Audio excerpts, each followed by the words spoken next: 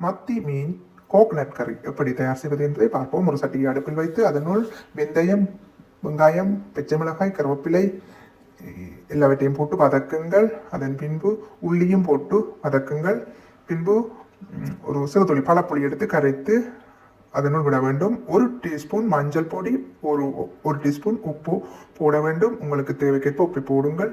அதன் பின்பு 1 கப் தேங்காய் பால் கோகனட் மில்க் எடுத்து விடுங்கள். விட்டு நன்றாக மிக்ஸ் பண்ணிவிட்டு 5 நிமிடம் கொதிக்க விடுங்கள். அதன் பின்பு மத்தி ஃபிஷ்ஷை சுத்தம் செய்து அதனுள் போடுங்கள். போட்டு ஒரு 10 நிமிடங்களுக்கு 10 மினிட்ஸ் மூடி போட்டு நீங்கள் குக் பண்ண வேண்டும். இப்படி செய்தால் மிகவும் சுவையாக இருக்கும். இந்த முறையில் நீங்களும் மத்தி ஃபிஷ் கோகனட் கறி செய்து பாருங்கள். சிறுவர்கள் இதை மிகவும் விரும்பி உண்பார்கள். இது ஒரு ஸ்ரீலங்கன் முறை ஃபிஷ் கறி.